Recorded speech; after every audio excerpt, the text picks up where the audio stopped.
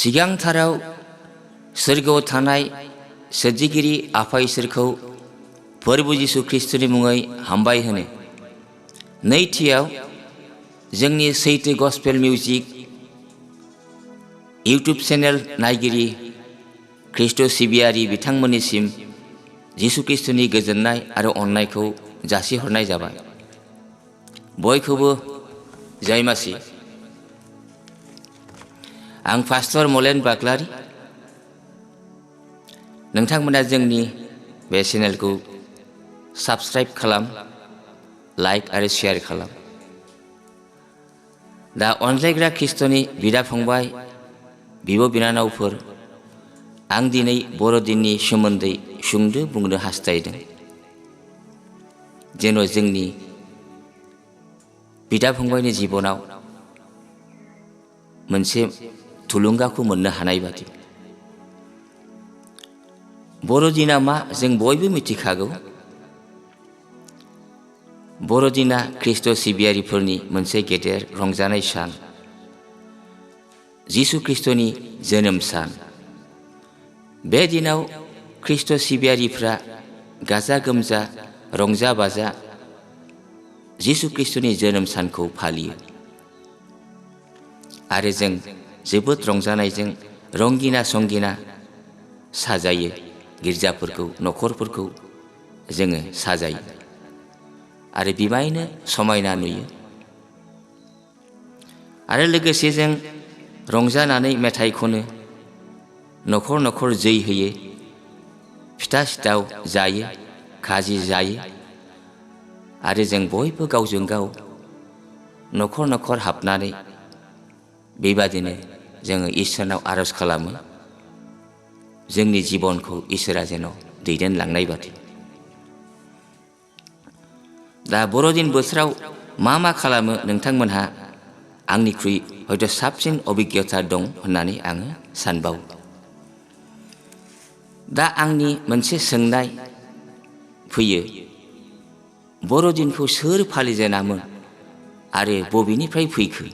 बे बाथ्राखौ आङो सानो आरो नोंथांमोनाबो हयथ' बे बाथ्राखौ सानो। जेराव जिसु ख्रिस्टनि जोनोम जानायनि जेबो दिन थारिखखौनो जोङो बाइबेलाव मोनाखै, अब्ला जों 25 थारिखखौ बोरै जिसु ख्रिस्टनि जोनोम सान होननानै फालियो? बे बाथ्राया जोंखौ बयखौबो सानहाबहोयो।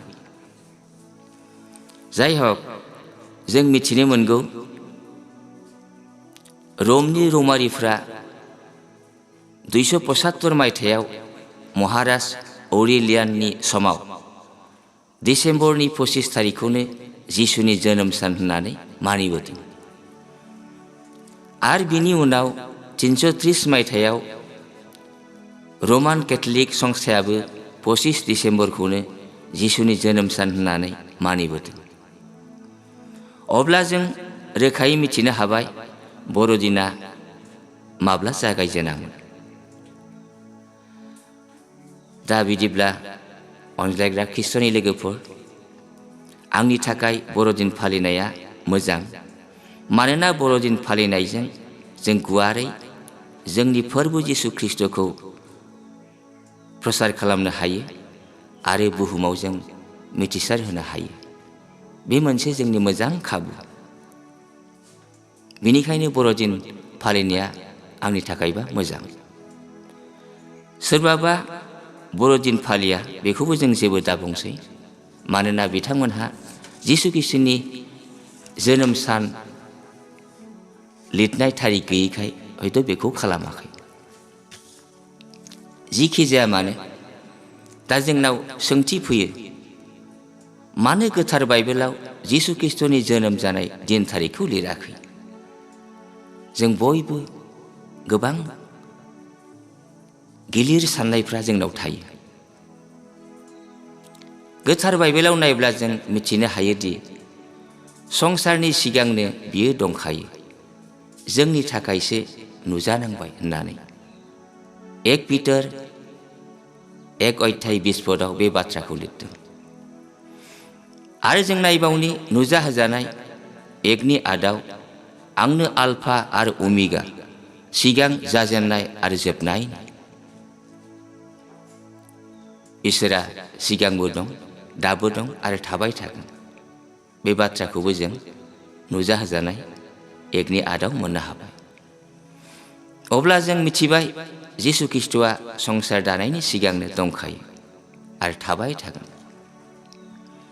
बिनिखायनो बाइबेल लिरगिरिफोरखौ जिसु ख्रीष्टनि जोनोम जानायनि दिन थारिखखौ लिरनो हयथ' इसोरा जिउआव थुलुंगाखौ होआखै।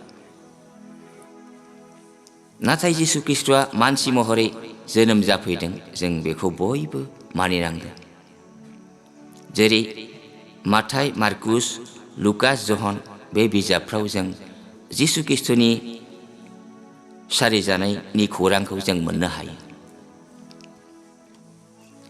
इसोरा बुंदों, नोंसोर जेखौ हायाव खागोन सोरगोआवबो बेखौनो खागोन, हायाव जेखौ खेवगोन सोरगोआवबो बेखौनो खेवगोन।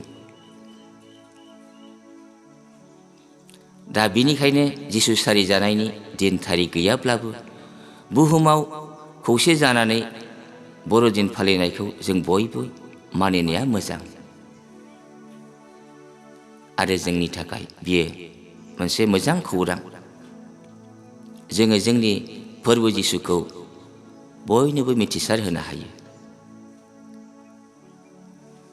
मानोना जों मानसिनि जोनोम सानखौनो जुदि गाजा गोमजा फालियोब्ला इसोरनि जोनोम जानाय सानखौ फालिनायनि जोंहा माथो खहा जानो? जोंहा जेबो खहा जाया। बे संसाराव जेब्ला इसोरा गावनि नाबिफोरखौ थिनहरदोंमोन पापनि हाखराव गोग्लैनानै थानाय सुबुंफोरखौ बोखांनो थाखाय, अब्ला बे समाव नाबिफ्रा गोबां इसोरनि बाथ्रा खिन्थादोंमोन, सोरगोआव हाबनाय लामाफोरखौ फोरोंदोंमोन, गियान बुद्धि होदोंमोन सुबुं माहारिनो। नाथाय बे संसारनि मानसिफ्रा नाबिफोरनि बुंनायखौबो लायाखैमोन, मानियाखैमोन आरो फालियाखैमोन। बेनिखायनो नाबिफ्राबो गोबां दुखु दाहाजों इसोरनाव खावलायबाय थादों, हे फोरबु, इसोर नोंनि फिसा हौवाखौ नों सारिहोदो, मानोना जोंनि दारैबो बे संसारनि मानसिफ्रा गोसो सोलायाखिसै। अब्ला इसोरा बे बाथ्राखौ खोनादों आरो जों नायबावनि गोदोनि दिनाव सुबुंफ्रा पाप उद्धार मोननो थाखाय सख्ल' बख्ल' मोसौ दामब्रि, दागो गैयै बोरमाफोर बुलि होनायमोन। नाथाय इसोरा जुनारनि थैजों गोजोननायखौ मोनाखैमोन, एकमात्र पापखौ खोबथे खोबथेल' दोनदोंमोन। बेनिखायनो इसोरा गावनि बिसा हौवाखौ बे संसाराव थिनहरनो थाखाय थाम थिम खालामदों। जोङो जिसु ख्रीष्टआ महिमानि मोदोम आरो जिउ लानानै उजिफैनायखौ जोङो बाइबेलाव मोननो हायो। बियो जेसाया नाबिनि 11 अध्याय 1 आरो 2 पदआव लिरनाय दं। बियो 7था जिउ लानानै उजिफैदों। 1 नम्बराव जाहैबाय इसोरनि जिउ। बे जिउआ जिसु ख्रीष्टनाव दंमोन। बुद्धिनि जिउ, बे जिउआबो जिसु ख्रीष्टनाव दंमोन। 3 नम्बराव साननो हानायनि जिउ, बिनाव दङमोन। 4 नम्बराव जुक्ति एबा फोरोंनो हानायनि जिउ, बिनियाव दङमोन।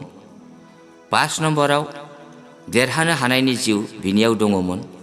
आरो 6 नम्बराव गियाननि जिउ, बिनाव दङमोन। आरो 7 नम्बराव गिख्रं होनो हाग्रा जिउ, जिसु ख्रीष्टनाव दङमोन। अब्ला जों मिथिनो हाबाय जिसु ख्रीष्टआ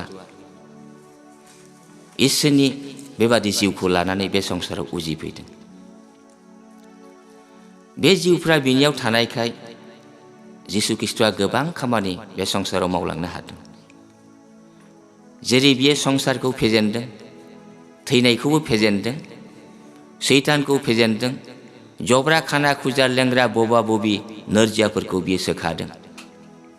खाख्रब जानायफोरखौ सोख'दों, सुबुंफोरखौ बासायदों, बेबादि गोबां खामानि मावलांदों। जिखि जाया खृष्टनि लोगोफोर, जिसु खृष्टआ 100% इसोर आरो 100% मानसिमोन। बियो जोंनि गोसो सिंनि साननायखौबो मिथिनो हाग्रा अन्तर्जामि इसोरमोन। बेनिखायनो जों दिनै बेबादि इसोरनि जोनोम सानखौ फालिनाया मोजांथार होननानै आं सानो। बिदिब्ला अनजायग्रा खृष्टनि लोगोफोर, जोङो दिनै जिसु खृष्टनि जोनोम जानाय आरो बर'दिन फालिनाय बे बाथ्राखौ बेखिनियावनो दोनथ'दिनि। फैगोन दिनफ्राव आरोबाव जों लोगो हमबावगोन। बिदिब्ला जोबनायाव आंनि अननाय आरो गोजोननायखौ नोंथांमोननो हरबावनानै बेखिनियावनो दिनैनि बे गाहाम बाथ्राखौ आङो दोनथ'बाय। जिसुनि मुङै आमेन।